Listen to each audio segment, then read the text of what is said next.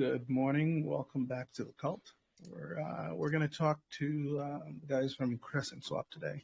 They've already launched the Daylight Protocol and Moonlight.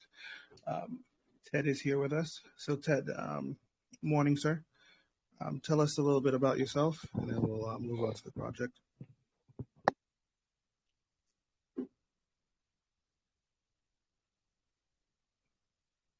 I can't hear you, sir. Hello, can you hear me now? Yeah, sorry, my mic was muted. So hey everybody, I'm Ted from Crescent Swap. I'm one of the co-founders of the project. We are an up-and-coming uni-style DEX, primarily on Arbitrum, as well as a full DeFi investment suite that will be getting on the Arbitrum layer 2 blockchain and bringing in some new and novel technology that truly brings back what real DeFi really is about, and a lot of underlying mechanisms such as yield farming, etc. I'm also the co-founder and the chief product officer at Project Daylight that some of you in the audience might know or might have been invested in or have heard about, which is a deflationary reward token protocol that has been running on the BNB chain for quite a while now, and is still running till this date. Has some new products out, has its own DEX, its own utilities and tools, and this is basically taking our project and product cross-chain in order to diversify not only the user base, but to capture a lot of audience, as well as introduce technology that we have established works well on the BNB chain and move it over to Arbitrum, where real, I guess, true yield and true DeFi is more recognizable in that realm, for that matter. So that's an overview of me. That's part of our vision, part of what we are building towards with Crescent Swap, and we'll talk more about it in this AMA. Okay. I'm kind of curious, with all the blockchains, why Arby? Why Arbitrum? Yeah, so first off, there is a lot of hype in Arbitrum right now because of a speculative Arbitrum airdrop. You see a lot of people trying to launch the projects on that chain because they want to, as we say, ride the Arbitrum wave, ride the hype wave. This is, of course, one of the reasons we're getting onto there, because there is an audience. The other reason is that we've recognized a lot of, I would say, true yield, generative yield protocols such as Arbitrove, Nitro Cartel, Factor DAO, even Camelot, with a lot of escrow yield farming and really deep DeFi mechanics that have, I guess, a similar vision to us to bring back that sort of technology and normalize it. And this is something where we feel that we have an audience that will be able to recognize our technology and be able to utilize it with maximum efficiency. So there's also that. And, our plan was to go cross-chain from the start itself. We were just unsure about which chains to get onto. We do have our cross-chain move to Vulcan blockchain in the future, but then we're going to be launching on Arbitrum first. Okay.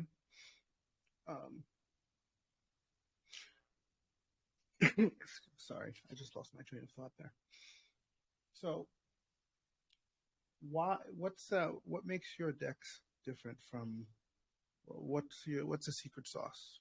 I guess is the right question.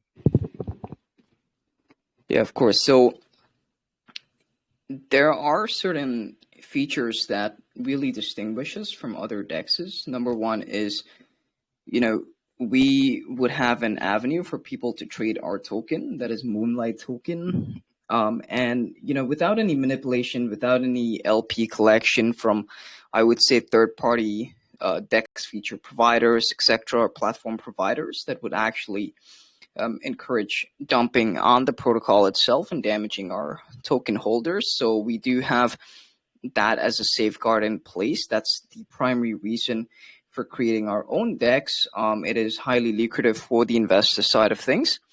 Now, the other things that actually make our DEX different is that we have dynamic directional swap fees. So you can actually, if you're a developer, if you're a builder and you're coming onto a DEX for support, usually if you were to go permissionless like SushiSwap or Uniswap, you just pay a liquidity on that DEX, you just start trading, but there's no customization or tailored effort put towards your project. And that is one differentiator that we are providing, right? So people that are willing to get onto our platform in order to launch their tokens and pair liquidity on our DEX, we would actually provide them with assistance on creating, I would say, custom dynamic directional swap fees, for instance. And what this means is you'd be able to customize the swap fee for buying your token, for instance, for selling your token, for instance, and on different pairs and vice versa, right? So that's a unique feature that we've integrated into Crescent Swap. And then we have our native yield farms. We have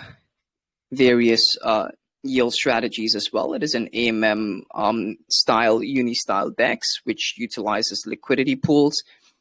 But, basically having our own router for several things enables us to bring out a lot of cool mechanics, such as, raise the price of our protocol when we please by sort of burning tokens in the liquidity pool. It's something that, we're one of the first projects or the first development teams ever be able to achieve. This is to directly burn tokens in the liquidity pool without shifting the other underlying asset outside of the liquidity pool, therefore creating a change in the K value. I don't think I quite understand that. Can you go back for me? Yeah. So, we're one of the first projects that created the ability to basically manipulate the price of the token by burning tokens inside the liquidity pool. So let's say you paired 10,000 USDC with 10,000 MNLT, right? Which puts the Moonlight token at the price of $1. What we can do is we can directly burn 5,000 Moonlight tokens inside the liquidity pool, bringing the price up instantly to $2, because that's 10,000 divided by 5,000 equals to 2. And we're one of the first projects to be able to do that, and therefore we have an upper hand when it comes to technology and an upgraded router that actually allows us to showcase a price appreciating protocol, right? And this is something unique that we've also done for Daylight, and people have actually seen it in action. So that's basically something cool that we've implemented into our router, and we can, share the technology with a lot of other partner projects and developers if they're, of course, for a fee or for swap fees or for integration with us. Can they choose where those fees go to?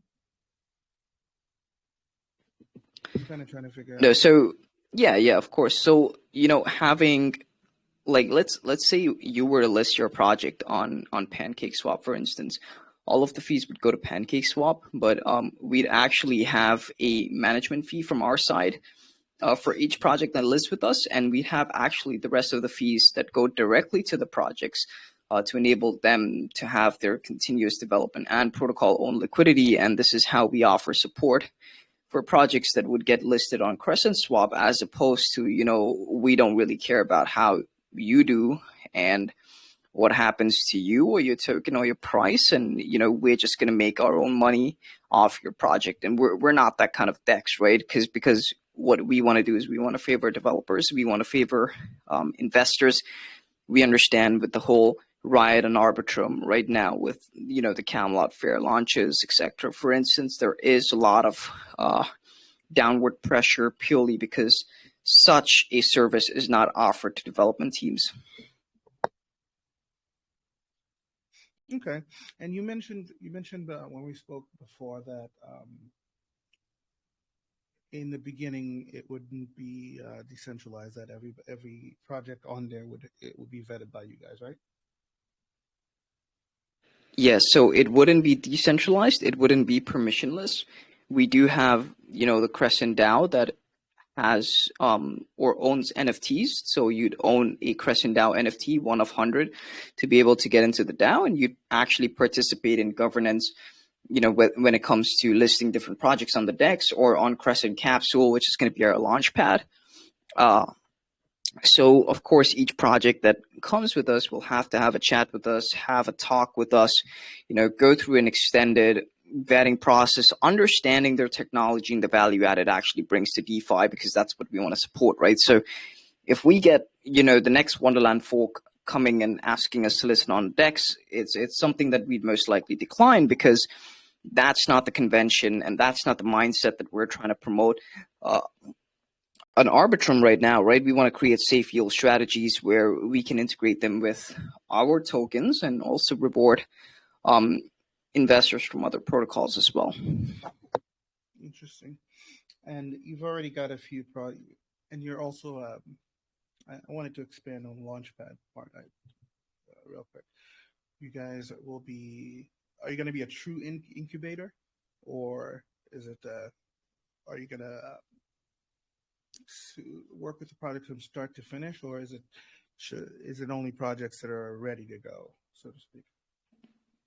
Yeah, no, we'd actually be open to working with projects from start to finish, but usually projects that we'd work with on a full long-term basis is something where we'd ask them for some sort of equity or some sort of sharing in the process of that, because what resources we're willing to provide is we're willing to provide access to development resources, meaning access to developers, manpower, human resources, access to marketing that is incubated by us. It could be an upfront cost, or it could be something that we take out from the back end later on down the line.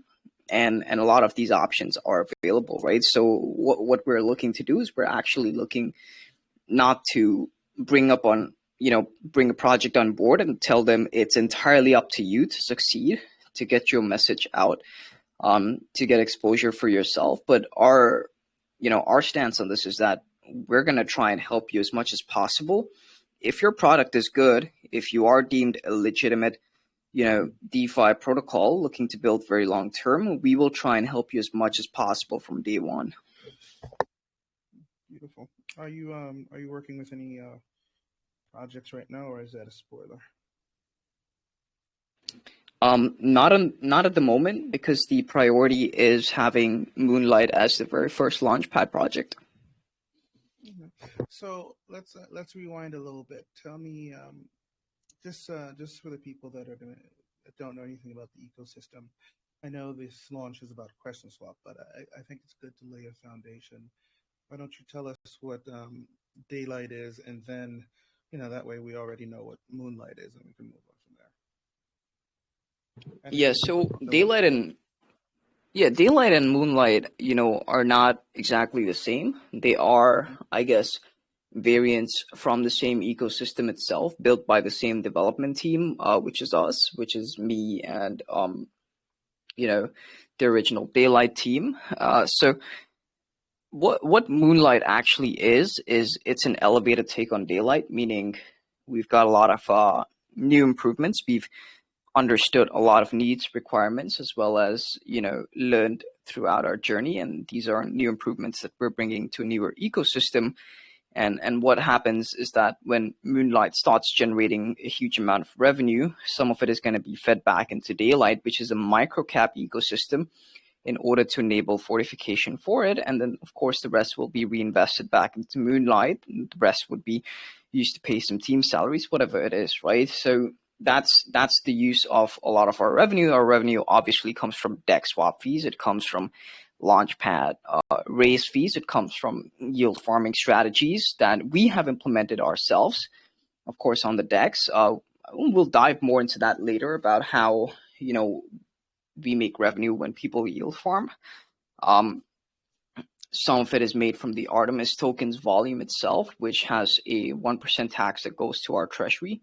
And obviously there's a lot more that can definitely be explode on in the future in terms of revenue use cases and where it comes from. So what Daylight actually is, and in very, very short and sweet words, is it is a deflationary reward ecosystem where people can, they have a minimum downside value, a minimum collateralized value called the floor price, which is 100% backed by BUSD. Right now, the floor price is about almost 10% of the market price. And, in any case that the market price goes to zero, for example, what the floor price serves as is a safety net at which people can still redeem their tokens no matter what happens, right?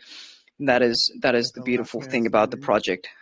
Yeah, of course. And that is the beautiful thing about the project, right? So we started out at max supply at 3.5 million tokens, and today we're at about 1.7 million tokens. So, that's 52% of the supply burned already. That's pretty crazy. Okay, so how does Moonlight differ? What's the nuance between Moonlight and Daylight? Yeah, so I think I'll point out some similarities and I guess some upgrades. Daylight ecosystem has a token that is ever appreciating. It can never go down in price. It's called Apollo token. And it's got probably the strongest algorithm in the market. I think some of you would recognize MDB Plus, XUSD, and all these other tokens. Apollo has surpassed all their prices in just 3 weeks from its launch itself. So it's got an elevated algorithm that enables it to do this. The similarity in Moonlight is that we have, Apollo's the god of the sun in Greek mythology. We have the Artemis token. That's also a sister in Greek myth. And the Artemis token is, basically the Apollo token on steroids. But what it does is some of its fees actually goes back to NFT holders forever, right? So there will be a DAO called Crescent DAO that will govern over the protocol. They will each own an NFT that can be minted, and I can give out a few whitelist spots to this group if they're interested. What happens is that all these NFTs earn 3% revenue sharing from the taxes of the Artemis token forever, right? So they get USDC directly credited to their wallet, and this would be paid out maybe weekly or every 2 weeks, depending on how gas intensive it is, because you are sending money to 100 different wallets. So, that's something we'll find out and we'll reiterate on again in the future. But then, some of the upgrades that we do have is those dynamic directional fees that I talked about, enabling people to build differently and actually customize their projects on our DEX. And then we also have our farms where, you can use Artemis tokens to create non-fungible time-locked multipliers. So it's sort of like Uniswap V3, where you can create an NFT and stake it. But in this case, you're creating an NFT to increase the power of your stake and boost your rewards for a limited period of time using Artemis tokens. So that's something that's really cool. And it's used as a sunk cost. We'll also have borrowing and lending. Real quick. So yeah, this is a separate NFT from, you're talking about a separate NFT from the DAO part, right? So when people stake, I just want to differentiate that. So you have the Crescent DAO NFTs, which are a limited supply, yeah. only 100. But when people stake, it actually, unlike traditional DEXs, where it would create like a liquidity pair token, this will create an NFT on your wallet, right? No, not really. So you'd actually create a liquidity pair token, but if you wanted to increase your rewards, you could use the Artemis token to create an NFT that you could once again stake into the same pool to boost your rewards for a limited period of time. Okay. And what's the supply on those NFTs? What are they called? Oh, they're just non-fungible stake positions, right? In this case, they're non-fungible stake multipliers. The supply is, of course, elastic because you'd have to have a certain number of tokens to mint them, and then once their time period has passed, they will be burned from the staking pool, bringing your rewards back down to normal. So that's something, that's basically a very sorry? Is it stackable? it's not stackable, but there would be different levels of this NFT. For example, if you wanted to boost your APR 3x for 6 months, you'd of course sacrifice a higher number of tokens, right? So we've basically created yield farming, and then we've created, a very special take on this by including this, I would say, it's this different sort of gimmick that would excite some users, that would not excite some users. But at the same time, it's something different and definitely not be done in any other project at the moment, as far as I've seen. Yeah, that is pretty interesting. I think But, after this AMA, after this AMA, who knows, someone might be able, to take this idea and implement it themselves. It is a pretty cool take on yield farms. Yeah. So I depart. Let's say I go into a. Is this going to be okay? I'm trying to wrap my head around this. Forgive me. So we have $1,000, right? I go in, and for the arbitrary, I go into the BUSD pool, single pool. And then I go and I buy. I'll use the Artemis token to mint an NFT, right? And that'll every time the Artemis token mints NFT, those are burnt, right? Reducing the supply, right? Am I following? No, so I'll sort of explain, very vivid example. Let's say there's a yield farm called USDC Moonlight, right? And obviously you would provide LP tokens. So you would provide USDC Moonlight LP staking in order to earn Moonlight tokens, because it is sort of the emission token of the DEX. But in this case, Moonlight is a deflationary token. It is not emission based like Pancake Swap and a lot of the other DEXs. So, well, it's definitely got a different take on how the rewards actually come out. But let's say you have 100 Artemis tokens, and with that, you can afford a non-fungible stake multiplier that gives you 1.2x APR for 3 months, right? What you would do is you would deposit those tokens as a sunk cost, and you would receive this NFT, right? What happens to the tokens is some of it will actually be used to buy back and burn Moonlight token on the DEX router. Some of it would actually go towards the protocol as revenue. We would actually collect those fees into our treasury, and then some of it would actually be burned to increase the price of Artemis. So what happens from here is that now you've got this, non-fungible stake multiplier in your wallet. You can go right away to the yield farm that you've created it for and stake it in that yield farm. And your multiplier for the rewards would go up by 1.2x, so it would go up 20% for a limited time of 3 months. And after those 3 months, the NFT gets burnt within that contract itself, and your rewards go back to 100% instead of 120% what it was. Interesting. When you stake, are there going to be time locks? In conjunction with that, like is it just it really depends.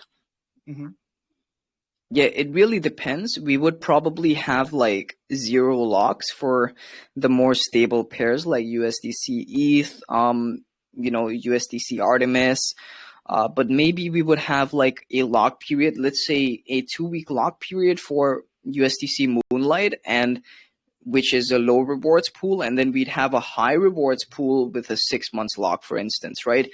So there are a lot of ways that we can actually work around with this, and we will definitely, reiterate our ideas before launch, again, to provide, I would say, a more systematic approach to how our yield farms are actually defined, because we want to offer a higher yield to those that are locking their liquidity for a longer time, as opposed to those that are locking it for 2 weeks or not locking it at all, right? Because some DEXs, also offered non-lock LP stakes, but those are usually DEXs with much deeper liquidity, like Uniswap, etc.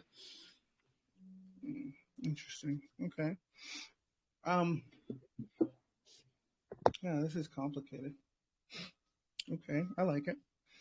Tell me about the tokenomics for for the Crescent swap for the two different tokens, please? Of course. So we'll start out with the Artemis token. It's a much simpler token. It starts at around $1,000 market cap. Maximum we would start it is at $5,000 market cap. So the team would actually seed the liquidity for it or the backing.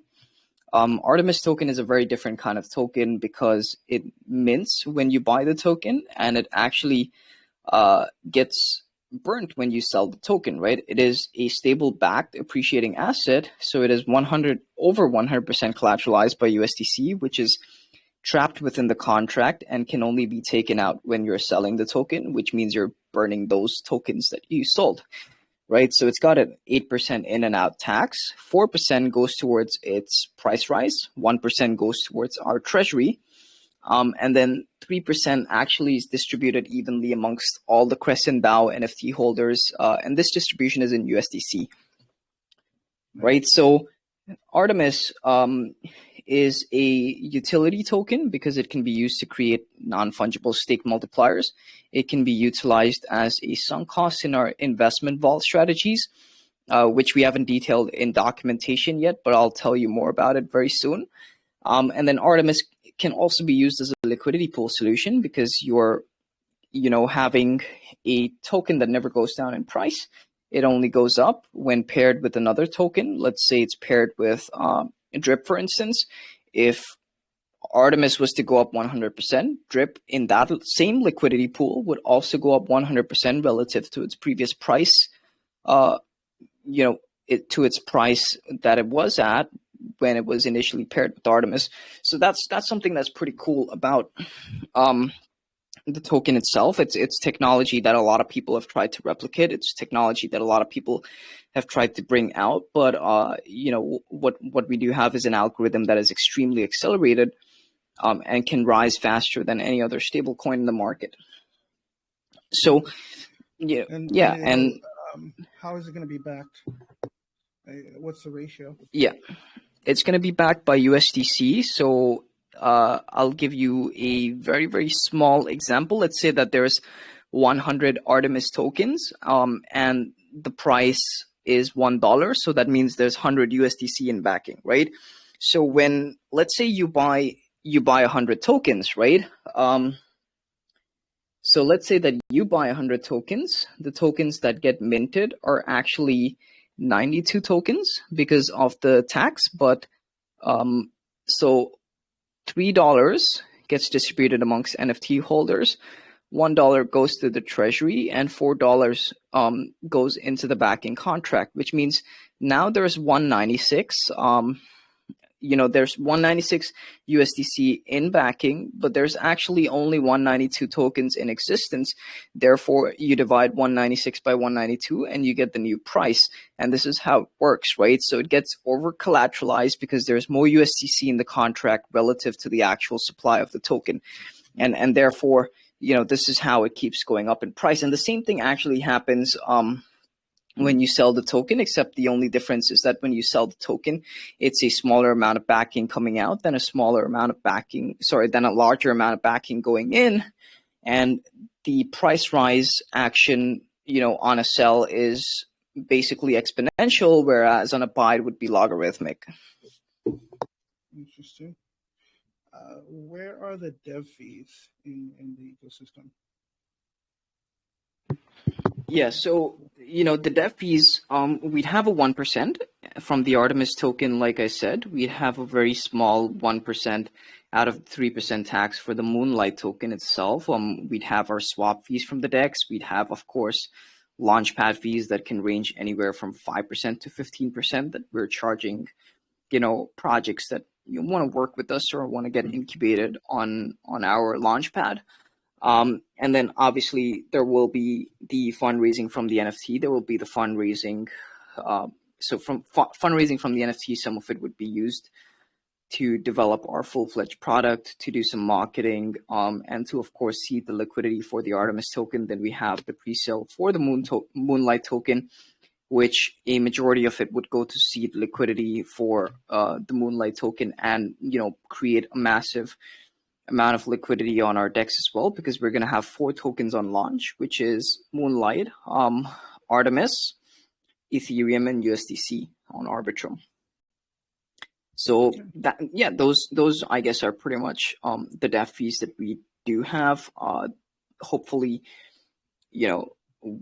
as we build the protocol out, we'll also find a way to make money for ourselves so that we can continue working on this in the very, very long term, with smiles on our face. I like that. I'm a big fan of healthy dev fees because I like you guys getting paid and being incentivized to keep working for me. So are you planning on doing anything with the capital that's being deposited in the future, or have you thought about it yet? Like all the user, especially the non-native tokens, what are you gonna do with those? So if anybody deposits non-native tokens or partner tokens into respective liquidity pools or whatever it is, it's not something we'd actually touch because, those are their tokens, they're in a staking contract, and it's just out of our jurisdiction. But the funds that we do received, I've always liked the thought of, especially like stable coins, things like that. I've always liked the thought of those being used on the back end to earn yield somehow. So I'm a big fan of that stuff. I think it's just just leave all that money sitting there doing nothing. Yeah, to be honest, of course, what we've seen is that. So we've seen a couple of protocols. I've personally seen a couple of protocols myself that, they say, oh, we've got this fat chunk of money sitting in the back end. We've paired liquidity. The protocol is up 20% from launch. Cool and everything. And maybe we can actually use these funds to do something to give back to our users, right? And then I've seen a couple of projects. I'm not going to name them publicly, but they took the money and they invested in shit like AMM DeFi, for example, Ocean. They invested in Ocean. And then that sort of, fucked up the cost because it made them lose money in that manner. And, that's something that we don't want to risk, right? So what we'd actually do is we'd accumulate assets, such as accumulate deeper liquidity for the DEX, fortify our ecosystem in itself.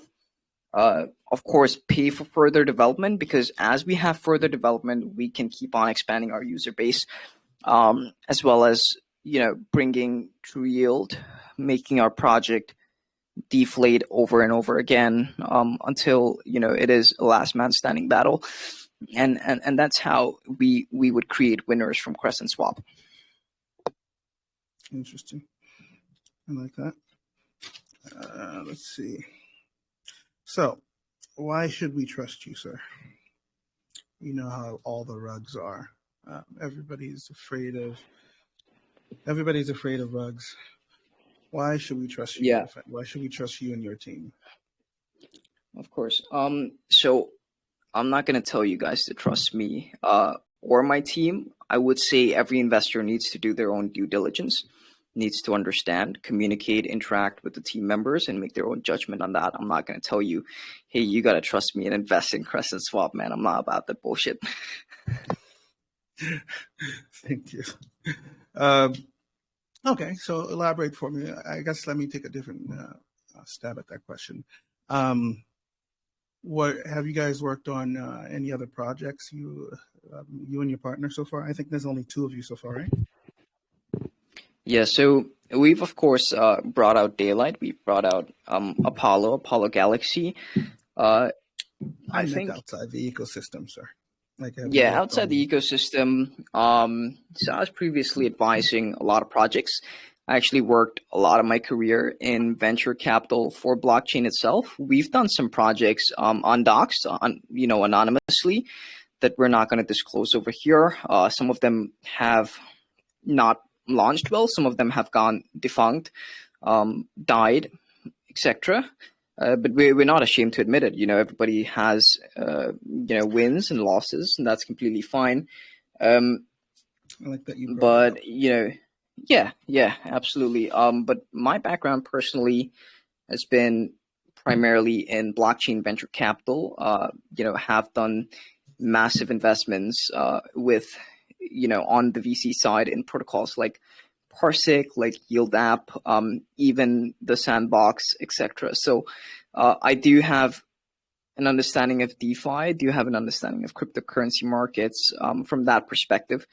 So that's how I got deep into the DeFi business. It is a realm that I very much am familiar and passionate about. It's made me a lot of money. It's made a lot of people a lot of money around me, and it's a blessing that we would love to pass on to others as well. Okay, I like that. So, follow-up question to that. How long do you see yourself working on this project? What is this? I'm trying to figure out I'm always interested in why people do things. So I'm trying to figure out what because we've talked before, and you've explained certain things very well to me in ways I can understand. But I'm curious, why start a project? What do you think you can do that others can't? That's an unfair question, but I'm really curious. So, one thing to understand about, me and OX Smoke, who's the other co-founder of Crescent Swap, a few things to understand about us is we're builders and experimenters at the core. We have created a lot of new DeFi, products within the Daylight ecosystem itself, and we have a lot of ideas for Arbitrum. We have a lot of new technology to build on.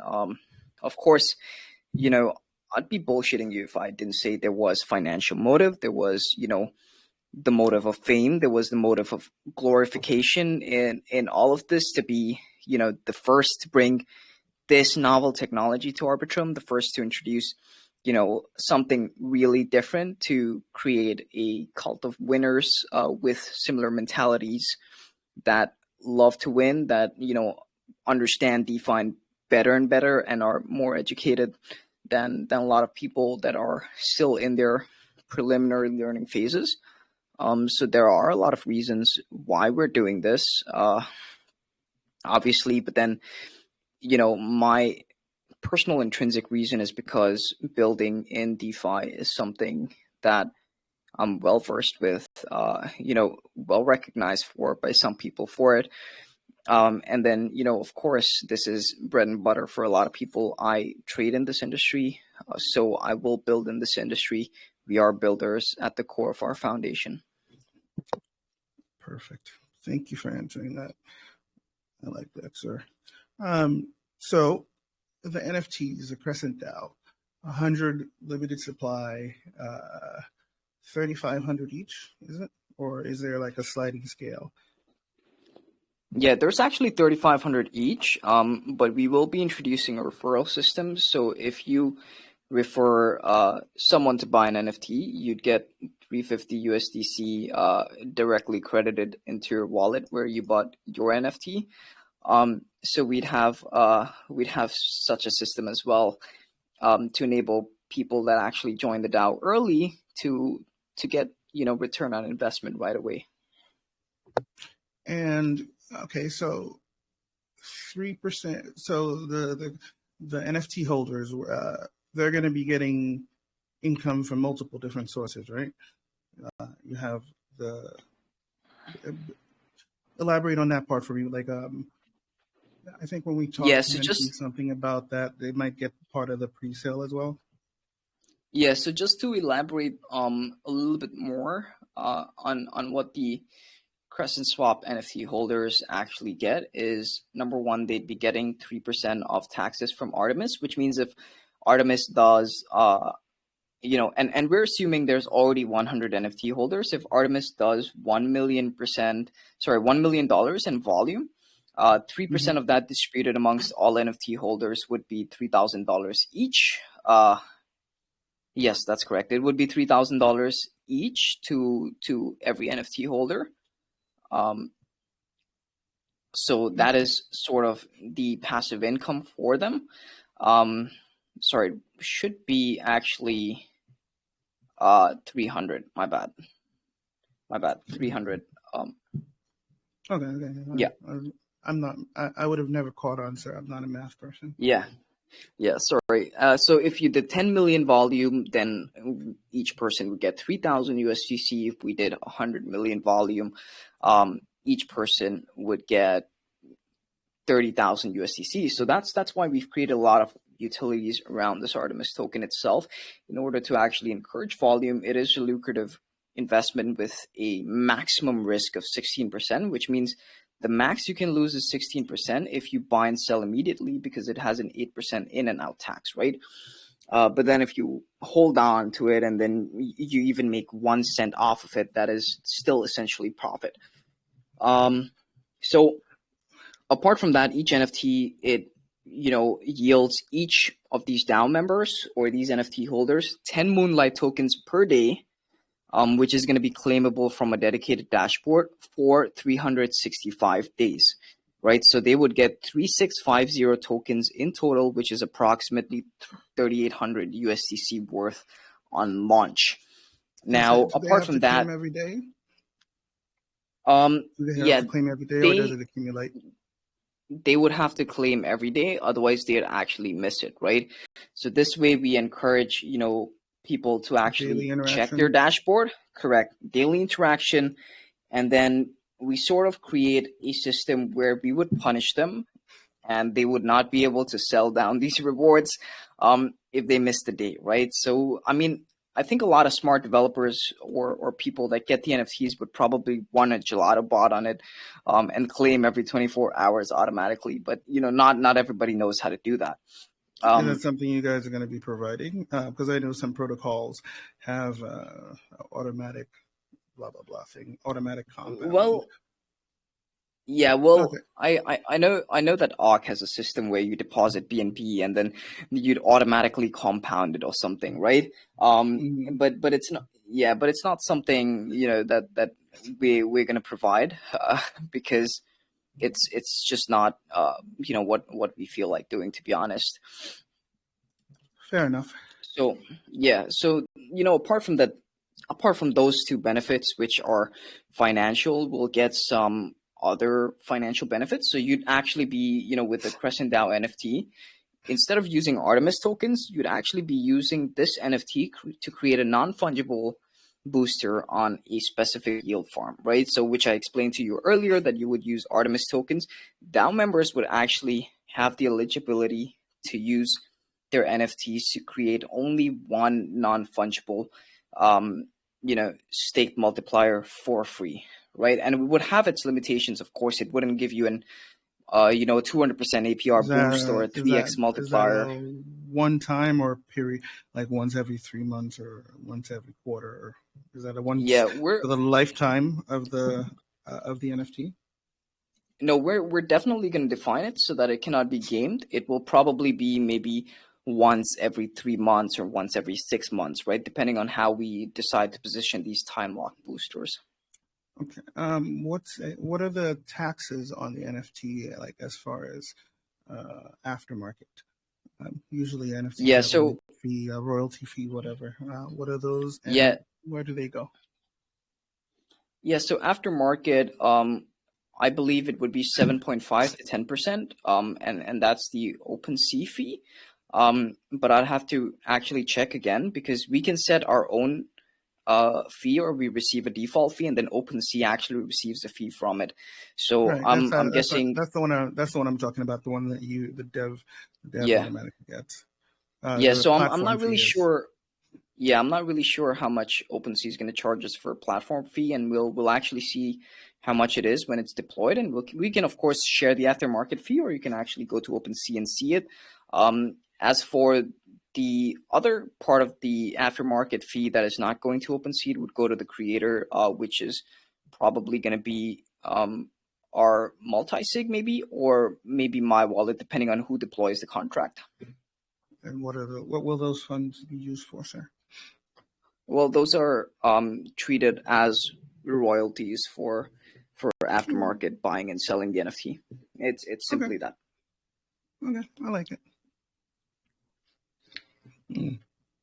A lot of new projects are.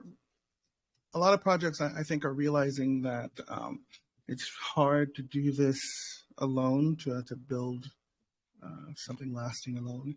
And I've noticed that a lot of projects are, before they even launch, have already invested in other projects or partnered with anybody.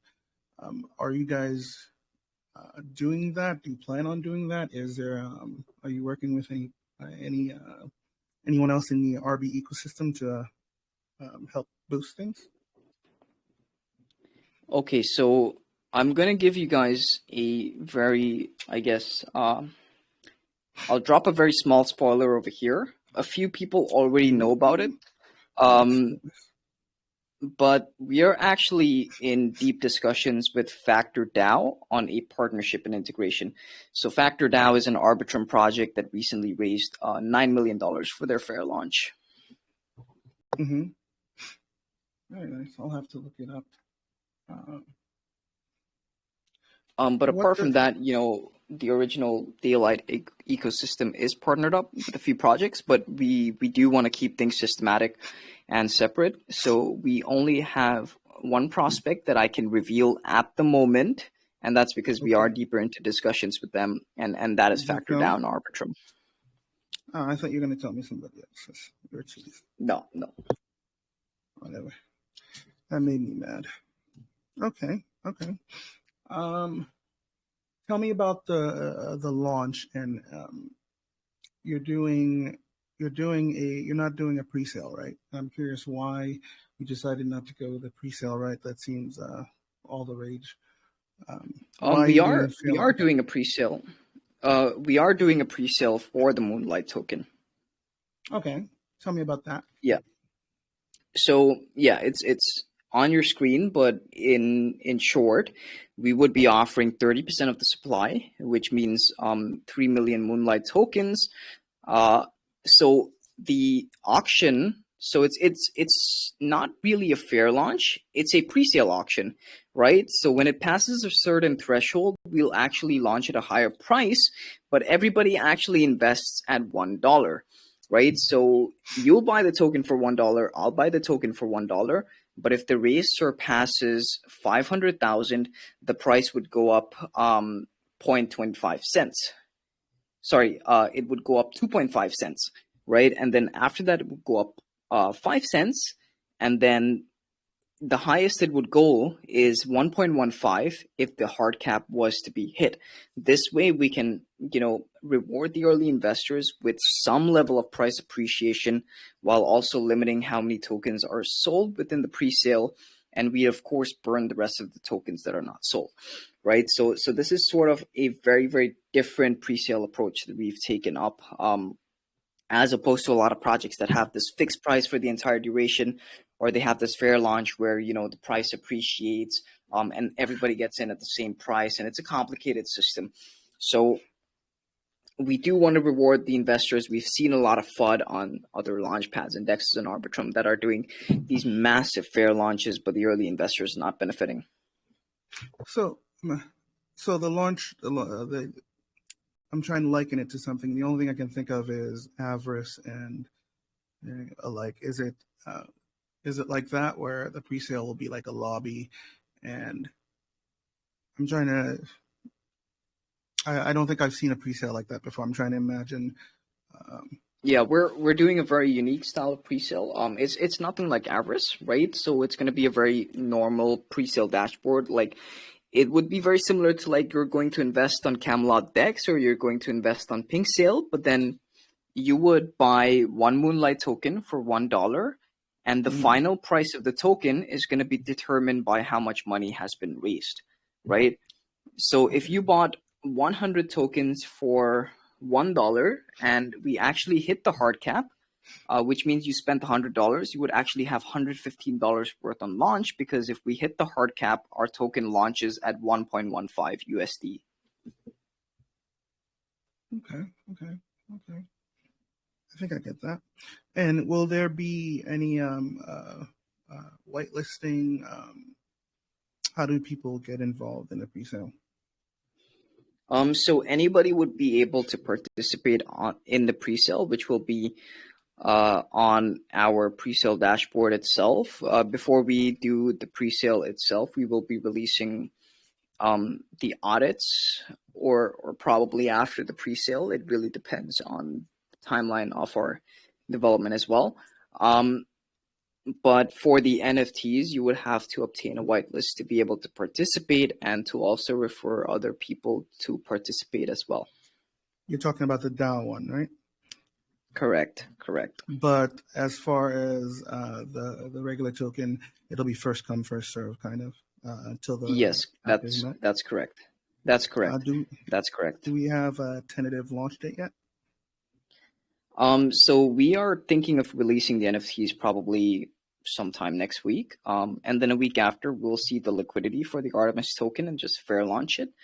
And then probably like a week and a half after we launch the Artemis token, we will be launching our pre-sale. So I would expect the latest to be around approximately early April. Okay. I'm trying to, that way I keep it on my calendar. It sounds interesting. I think I might put something. Okay. Who you mentioned the audits while we're on that topic. Everybody loves audits. Tell me about the audits, who's doing it, and what are they auditing? Yeah, we're probably going to go with Prisma Shield or some deep logic audit firm, for that matter. And what they would be auditing is they would be auditing the DEX contracts, the factory, the router, the Moonlight, and the Artemis contracts itself, as well as our liquidity farms, so the yield farm contracts, and other mechanisms on the DEX, such as minor smart contracts like the non-fungible yield multipliers. Interesting. They wouldn't be auditing just the NFTs, as the NFTs fall under ERC 721, so you wouldn't actually deep logic audit those. And they're more of a vanity smart contract as opposed to, so they aren't exploitable. There isn't anything within the NFT to exploit itself. So we wouldn't actually be doing an audit for that, just to be transparent with everybody. Okay, and your contracts, you're going to make those public and verified, or you're going to keep the codes? Correct. So they'll be public and verified on RBScan, so anybody can actually fork us, do whatever it is. The only thing that is going to be kept private is going to be our front end code. So obviously that is taking us a lot of time to build out and customize ourselves. So we're not going to be sharing that. Fair enough. Let's go back to the NFTs real quick. After you launch, the initial 35, the initial 100 at 3,500, right? Yeah. Is that and then I'm assuming that's going to be the floor price too, right? One would imagine. I think, one would imagine 3,500 is going to be the floor price, but it could actually be higher depending on how much people are going to sell it for, or whatever they decide to do with it. So if someone sells it for $1,000 because they're seriously in need of it, then that would actually be the floor price. It's a market we cannot control, jurisdiction that we're going to stay out of, because if anybody does in the future, well, you're now my now, you're whatever. If you want to sell it for $1,000, call me. Okay. That's interesting. I like it. Let's talk about the dual liquidity pairs. Why did you decide to go? I'm just curious why you guys decided to go your own stable coin route, considering what's happening with regulation in the states and all that. And have you thought about any of that? Have you made plans for that? Yeah. So what we're gonna have within Artemis, it's not really a stable coin. it is actually an ERC20 standard token that is backed by USDC. So it is just backed by stablecoin. And this is a way that we actually avoid the regulatory route.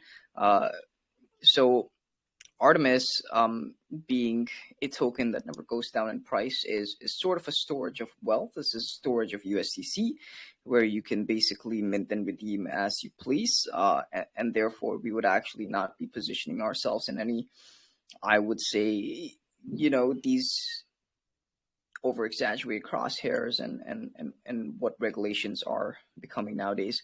But then what we're going to do, very interestingly, is we're going to have a migration function on the token that enables us to swap out the USDC for assets inequality. So if Circle is going to get gunned after, we would swap the USDC to USDT, maintaining the same price.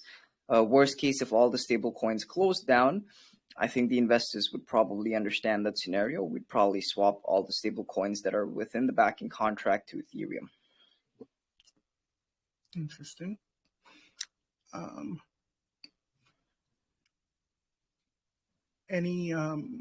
Somebody had this is from Crypto Addict. I might as well forward the question now because it's one of the questions I wanted to ask. What are your long-term sustainable value drivers for Crescent Swap? Is this a fork of another project? Can this project be compared to another project that has had success in the past? Is there an on-ramp plan? I guess 3 questions from Crypto Addict. Yeah. So here's the thing, right? Long-term sustainable driver. So we have a mission and we work on the foundation of having our investors have collateralized value, right? Which is why we have a certain amount of USDC that is backing the floor price for the Moonlight token. We have a certain amount of USDC that is basically over collateralizing the Artemis token. And that is how we create sustainability for Crescent Swap, right? Now, when you talk about long-term sustainable value drivers, I can tell you right away that Moonlight and its entire ecosystem is deflationary, and that is one of the key drivers of sustainability, right? Now, it is not a fork of another project. I would say it's more of an elevated take on Project Daylight, and it can be compared on a very foundational basis to Project Daylight, right? On-ramp, is it in the works? I'm actually discussing with Ultimo, but that's a topic that we'll probably explore another time. Interesting. You'll have to come back and tell me how that went. Okay. Let's get off topic. But this is, that's not essentially, dropping news about a potential partnership or anything. We are, of course, talking on very good terms. It's an idea that is worth exploring, and it's something that I might bring to their table in the future. You should get them to give like one of those $600 accounts to the NFT holders. That would be bullish there. I think a lot of the people that are going to buy into the NFTs already have that card. Not me. I don't have it, sadly. Okay.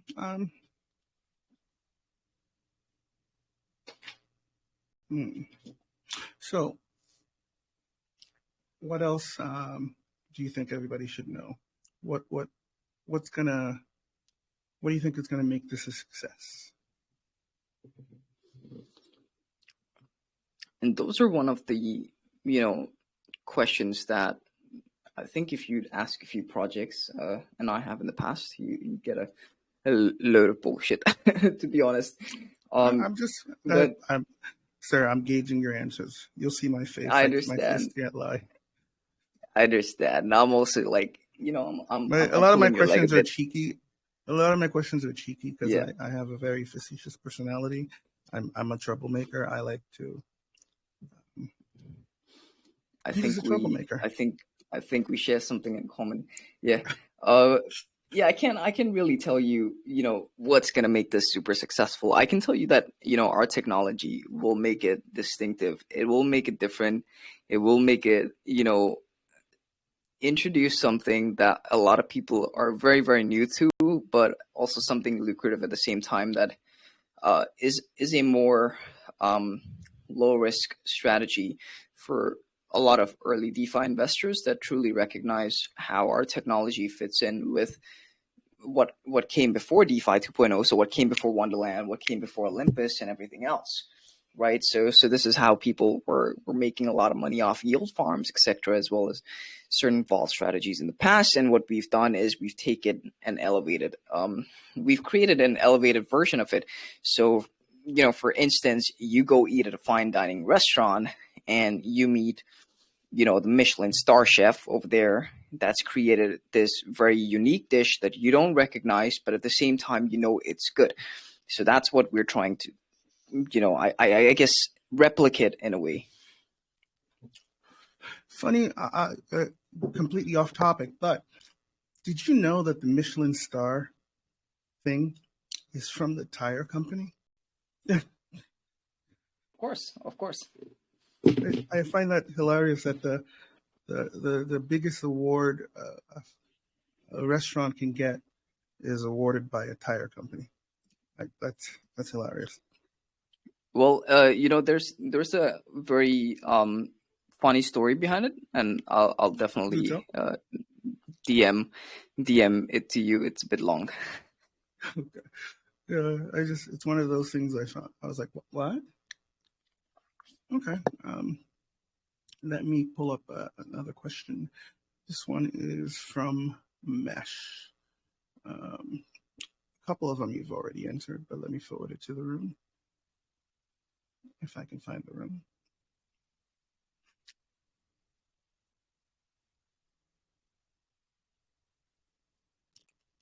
And here we are, where's Mesh? I've gotten like 500 DMs in the last day. And all the questions are fairly, repetitive and silly. But the good one stood out. So this one is from Mesh. I just forwarded in the room. A couple of them you answered already, but I'll go through them anyways. Are there any other Are there any partnerships that have already been established before the launch? Does Crescent Swap looking to compete with established DEXs and support Arbitrum, or believe they are meeting a need on Arbitrum that isn't currently being adequately met? Okay, I get that now. Would you agree that Artemis token is similar to Rise or the recently launched Elephant Money Trumpet token, or for the contract mechanics? And how many DAO NFTs that remain right now? Have you already sold any privately? Yeah, okay, so I'll answer all of these. Number one, I think I've already established that we are very deep in talks with Factor DAO on Arbitrum. Number two, Crescent Swap. So we are looking to actually compete with Camelot DEX. We have seen them doing very, very well, but we also understand there are some gaps in the market that they cannot fulfill, and they have also, received a lot of backlash for some of the fair launches that they've hosted that are not benefiting the early investors, right? And so we actually talked to them, and then what I can see is that it's really hard and difficult for them as a very technology focused team to onboard a lot of new projects and partners to work with, and this is something that we formulated with our resources, that we are able to actually handle that sort of load. So what we want to do is we want to provide and offer our support to developers, and in turn, of course, we would capitalize on their ecosystems and their integration with us to also grow ours at the same time. And this is a need that is not being met on Arbitrum at the current moment. So number three is, I wouldn't actually agree that it's similar to Rise or the recently launched Elephant Money Trumpet token. Trumpet has actually a very different mechanic. So I believe you'd have to use Trunk to buy it, and that's how it works. But do correct me if I'm wrong. So it's actually I not that. don't know much about it yet, honestly. I've been a little Yeah. busy. I haven't Yeah. much So, to read. but the algorithms are very, very different in a way. So what we do have, and I'd say our original model is actually based off of XUSD, XSearch, the first token to ever accomplish this. But it is an accelerated formula that actually rises. The price growth rate is about 12 times that of XUSD, right? Because of the discrepancy between the taxes and how much we're actually contributing towards the price rise of the project itself. Now, number 4, so 100 NFTs actually remain. We haven't launched the contract yet on mainnet, but we have already registered interest for it. So those who are an OG in our Discord, and you can drop the Discord link for them, will be able to, do certain things such as invite people, or, just be around in our community and join some of our giveaways. So that you can win a whitelist spot for the NFT, right? So then you can register your interest, and then you can receive a role, which will give you access to mint when we go live. Now, the NFTs are first come, first serve, limited to 1 per person per wallet. And there's no guarantee that anyone can get an NFT, and that's just saying, but at the same time, someone might be able to mint even after a long time because we haven't sold out. So I can't really tell you how the mint is going to go. You're gonna leave it open until all sell out, or do you plan on like closing Correct. it if it does? Okay. No, we'll leave it open till till it sells out. Okay. And there's this is a one time only. There won't be any like second runs or anything, right? No. Mm-hmm. No second editions or anything like that. Okay. I also posted a question from Atlas. I don't know if you saw that one. Let me pin it.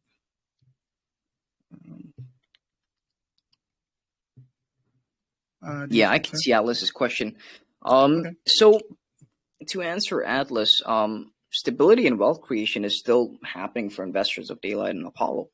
There are a lot of people that have taken advantages of, the 2 times that we went 1.5 to 2x the price. It is a reward token that continues to run in perpetuity because it is backed with underlying value, right? Same thing for Apollo. We're not pivoting. The plan was always to take the project cross-chain, and this is what we're doing. I love the challenging question, but it is not a pivot, right? And to make it clear, we are going cross-chain on Arbitrum. We are going cross-chain on Vulcan blockchain. But at the end of the day, revenue generation goes back to a singular team, essentially, a singular entity within the middle of these protocols put together, and they are evenly distributed to fortify each protocol's placement on its, respective blockchain. So let's say we're making about, 50,000. Let's put a very flat number out there, $50,000 in revenue on Crescent Swap and Arbitrum. We would allocate a very generous amount, say 15 to 20,000, towards marketing for Daylight, fortifying liquidity, increasing the backing price, distributing rewards to holders, doing a few buybacks here and there, perhaps, etc. Okay. And I pinned another question for you too. This one was from Little Birds. Part of it you've already answered, but I like the second part of the question about the pricing of the NFTs. There were issued 100 Crescent down NFTs, which has a cost of $3,500 each. It seems small investors haven't got a good ability. That haven't. I think he's talking about people not being able to afford the $3,500. Yeah, I understand. No, I completely understand. And I think the latter part of it is also too. He wants to know if the community will also be involved in decision making, or at least suggesting stuff that will be decided on by the Yeah. 100 members. Yeah, I've seen governance run in many particular ways, especially, you know, especially when it comes to big DAOs, etc. Right? So when we talk about Crescent DAO NFTs having a governance function, it is a governance issuance and not a governance voting power, right? So Crescent DAO would be able to vote on a decision that is going to be put forward for the entire protocol to be voted on.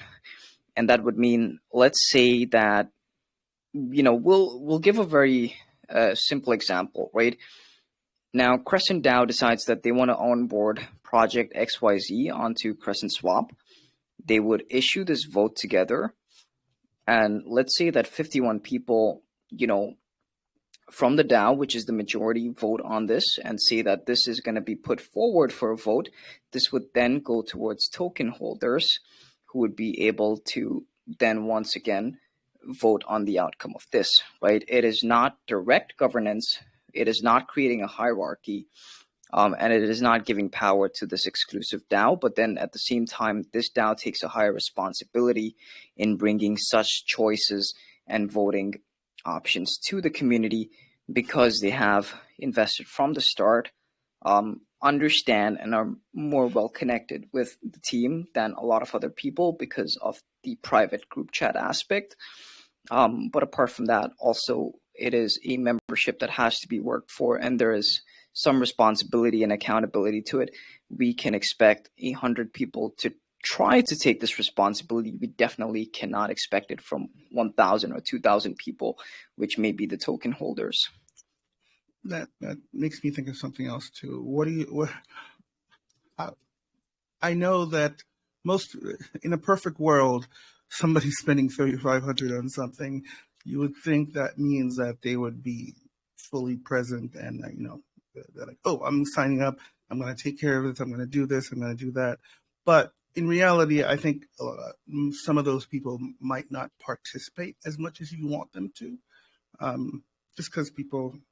And it is completely fine, right? And so what do you have? It depends on who's present. Okay.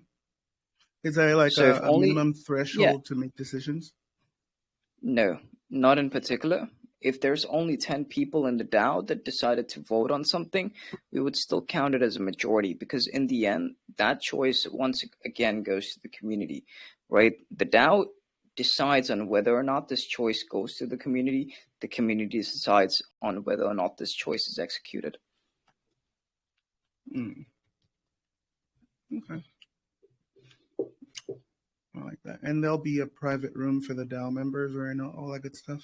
That's correct. That's correct. So we have a temporary group right now from the OGs of Daylight, but we're going to get into a private group that is integrated with Collabland. So you'd be able to verify your assets to get in. Cool.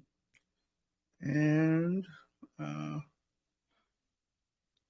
Abdul has a lot of questions. Yeah, but these are repetitive, I think. They are. Hold on. That's the problem with asking. I should ask these questions in the beginning, but then, I think I've answered all of them. Pretty much. Was something. No, you answered that as well. I don't think I answered the last question, but I don't think it's relevant. Let me look.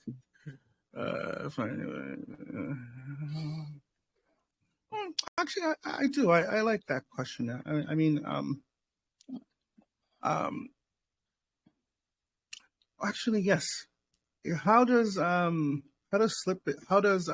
not his question particularly, but how is the system going to handle impermanent loss and things like that? Does your system handle it differently than others? I'm sorry if you've covered that. I might have missed it. Yeah, I don't. Yeah. Impermanent loss is not something that we can control. It is based entirely on liquidity pools and trading action. Okay. And as long as there's no, yeah, No, as long as there's no insider trading, like we're not minting tokens for the team and dumping them into the LP, then there is no manipulation on impermanent or impermanent loss or gain, right? So we're not actually able to touch that aspect of the project unless we're minting tokens, um, and then selling them and dumping them ourselves, which is not going to be possible, as you will see in the audit. We will not be able to mint tokens. We will start max supply. Okay. And who's gonna have final say so? Is it just you, or is it set up with multi-sig, where it's No, it's going to be so. Yeah, everything is going to be on a multi-sig. We might deploy the contract with a normal wallet, but then we'll transfer it to a multi-sig. It is a pain to deploy and interact with contracts on a multi-sig. Okay, I agree. Now, let's go back to the Launchpad. How do people get started with you guys? Like, if I know it, we'll have a portal where you can actually sign up and connect with us.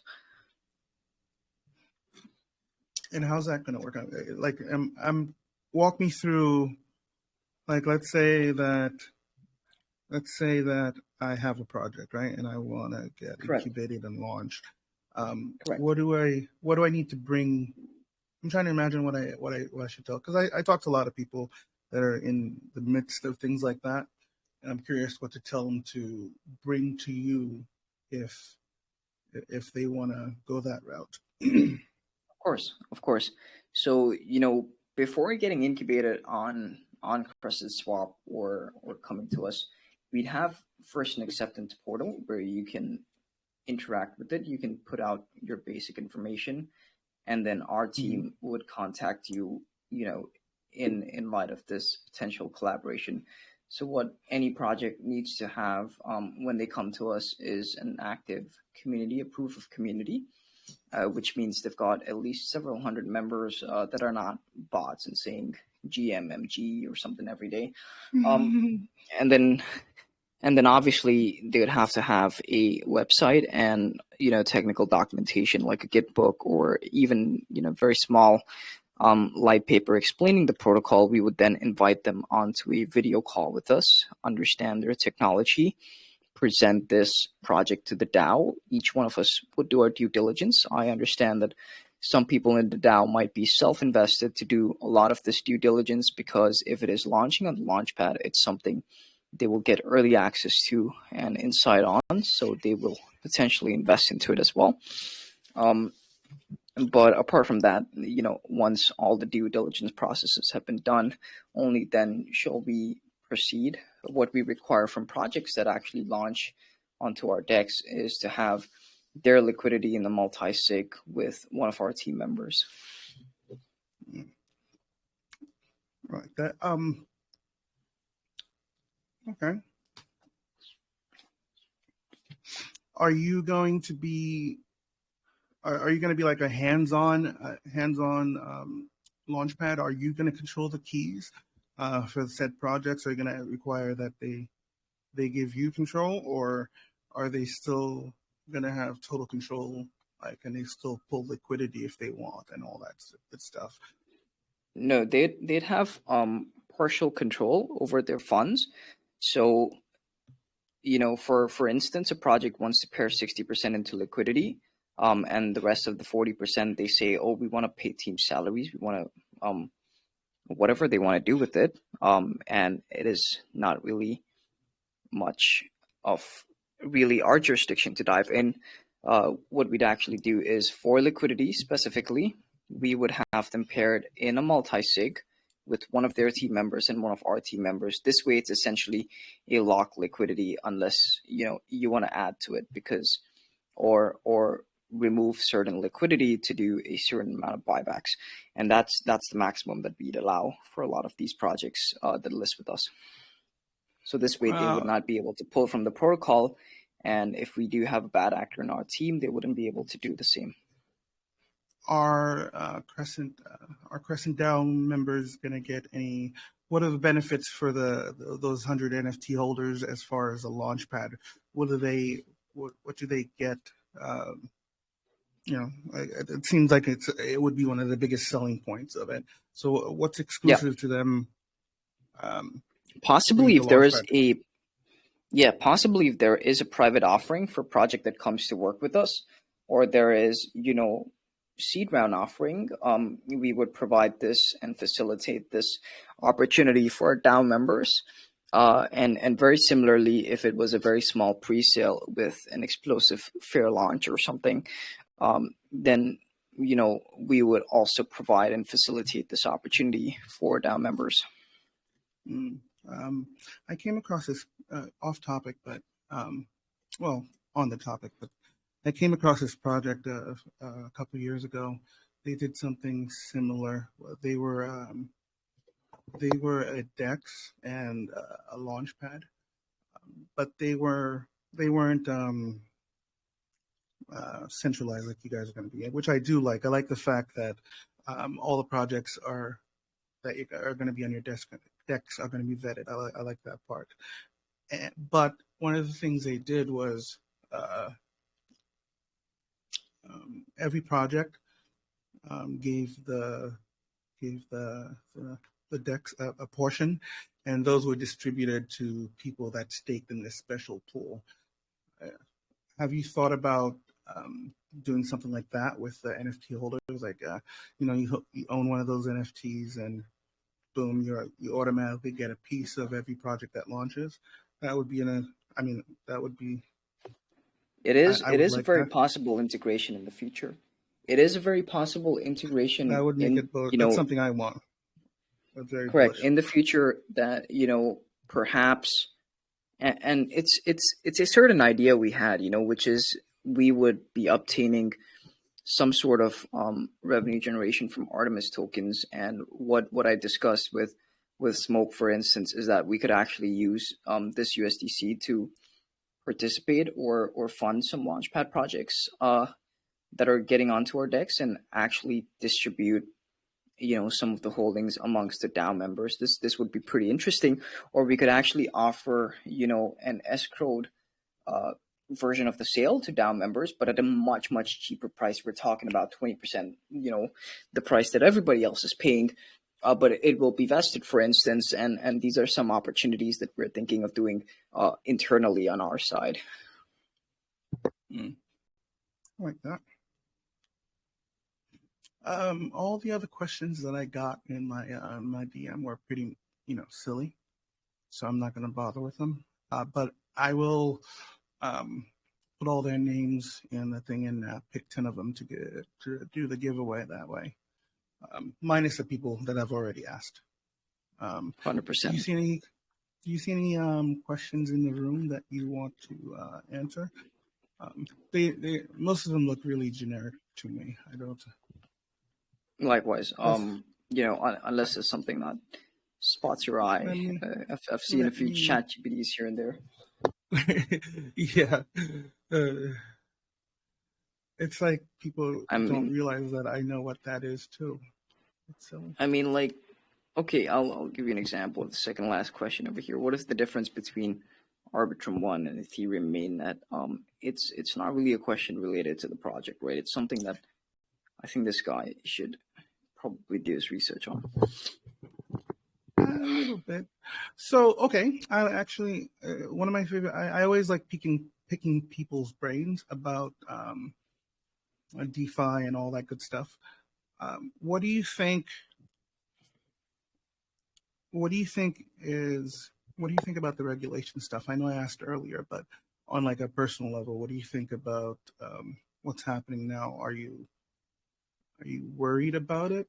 And if you are, have you thought of any ways to mitigate those fears?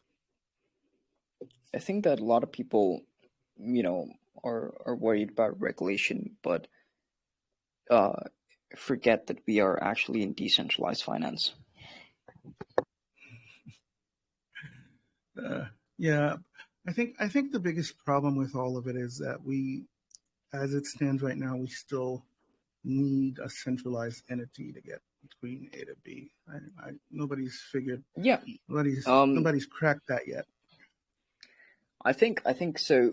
There's a lot of firms out there that have cracked that with offshore banking, off-ramping, on-ramping, etc. That actually enables a lot of people to have some access to a certain level of freedom. Right now, I'm not really, I understand that regulators are trying to catch up to DeFi, but in my humble opinion, I don't think they have the manpower and the capability to do so. They do not understand the technology on a developer level.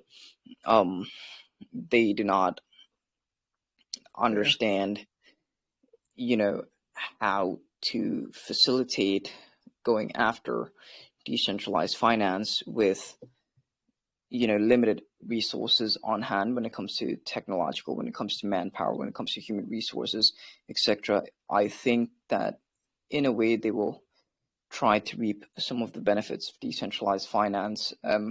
But in essence, I think it's actually good circulation for the global economy because you're actually bringing money from decentralization and then spending it on traditional markets.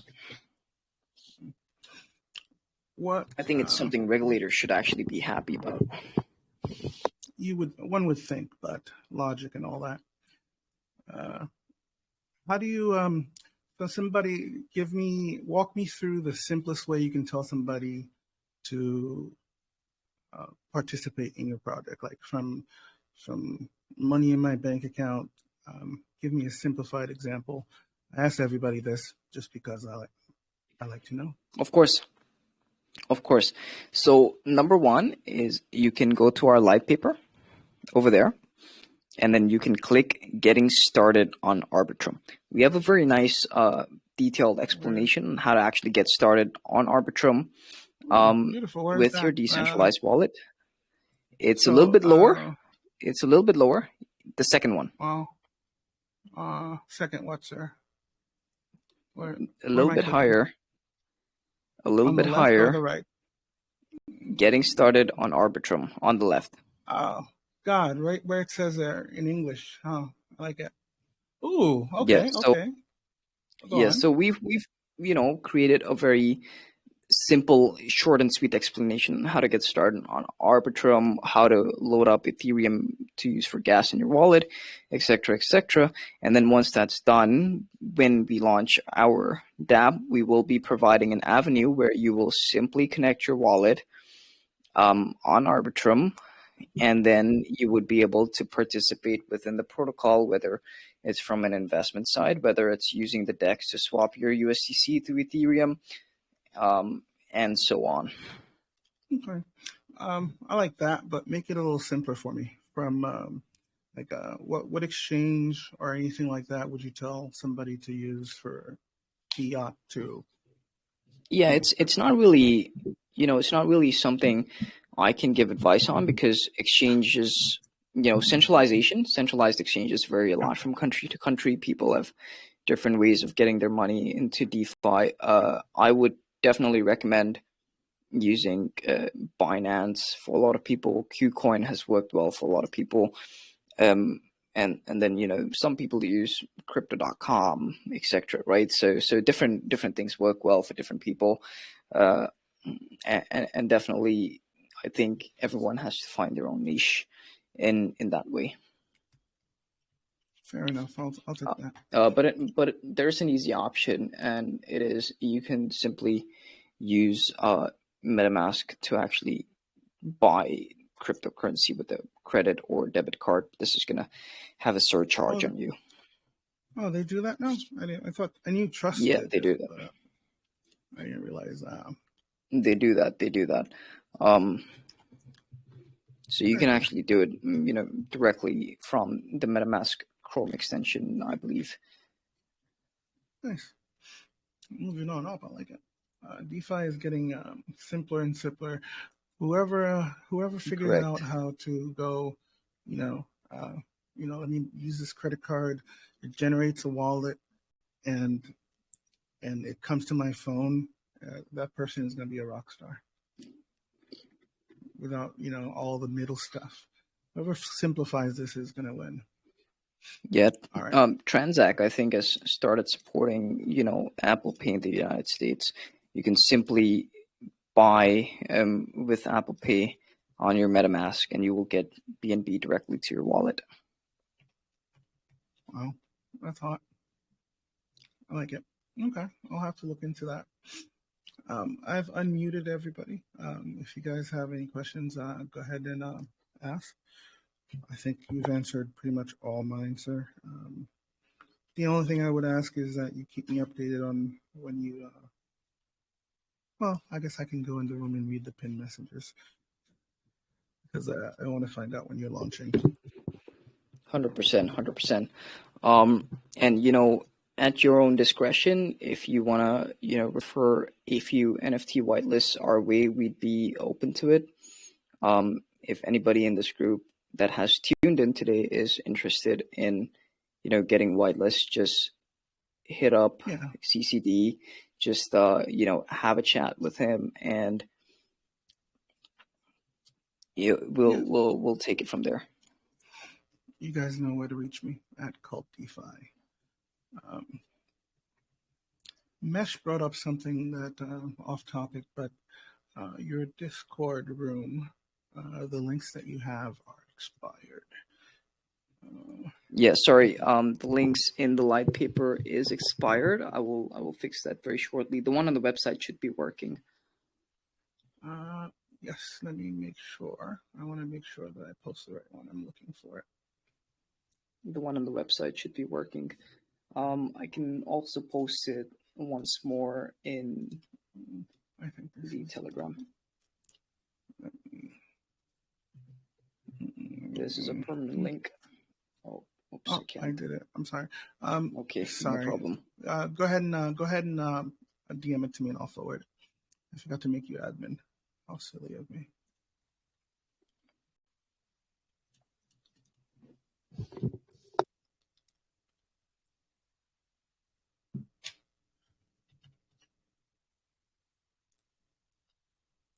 Okay, perfect. And here is the link to the website for the people in the audience. Other than that, my questions are done, sir. Do you have anything you want to leave us with? If you want to stick around, people can ask questions in the room. Everybody is on. Yeah, I mean, feel free to throw some questions at me. I'll definitely be in the Telegram chat. But apart from that, I got nothing else to say apart from thank you everybody who tuned in to this AMA. I understand it was a bit long. It was quite comprehensive, and I think a very detailed introduction about Crescent Swap as well for the very first time. Hearing my voice talk about the project itself. So, it was a pleasure to be here. Thank you very much for being an amazing host. And thank you to everybody that tuned in. Yeah, my AMAs tend to be a little bit long because it takes me a while to understand stuff. My bad. Sorry. 100%. And I think, it's something much needed when it comes to comprehension for everybody. Hopefully, hopefully my questions will help somebody understand it. I still have to do a lot of research on RB. I know it's off topic. I know what RB it's a hot is. chain, I just man. don't know. I just don't know how RB does the RB things. I know it's an L2. Yeah. I still have problems understanding ZKs and optimism. I don't know why that's so complicated to me. I've watched many videos on them, but yet. So RB, unlike Optimism, actually uses Ethereum for gas. So it doesn't have its own token as of yet, or maybe it will never have its own token. Yeah, all the airdrop rumors. It would be that Uniswap airdrop from a couple years ago has people thirsty. I don't Definitely know does. Yeah. All right. Thank you for coming here, sir. I'm going to stop the recording. Thank you very much again for having me. Very informative. I actually understand everything. Thank you for taking the time. and I hope to Okay. perhaps you can stop by again after launch, and we can see where things are going to go. 100%. I have a question. 100%. Robert, Hello. what's going on? Oh, good, man. How are you doing? Wonderful. Right, thank you. So, I don't know. I just want to throw a question about the project.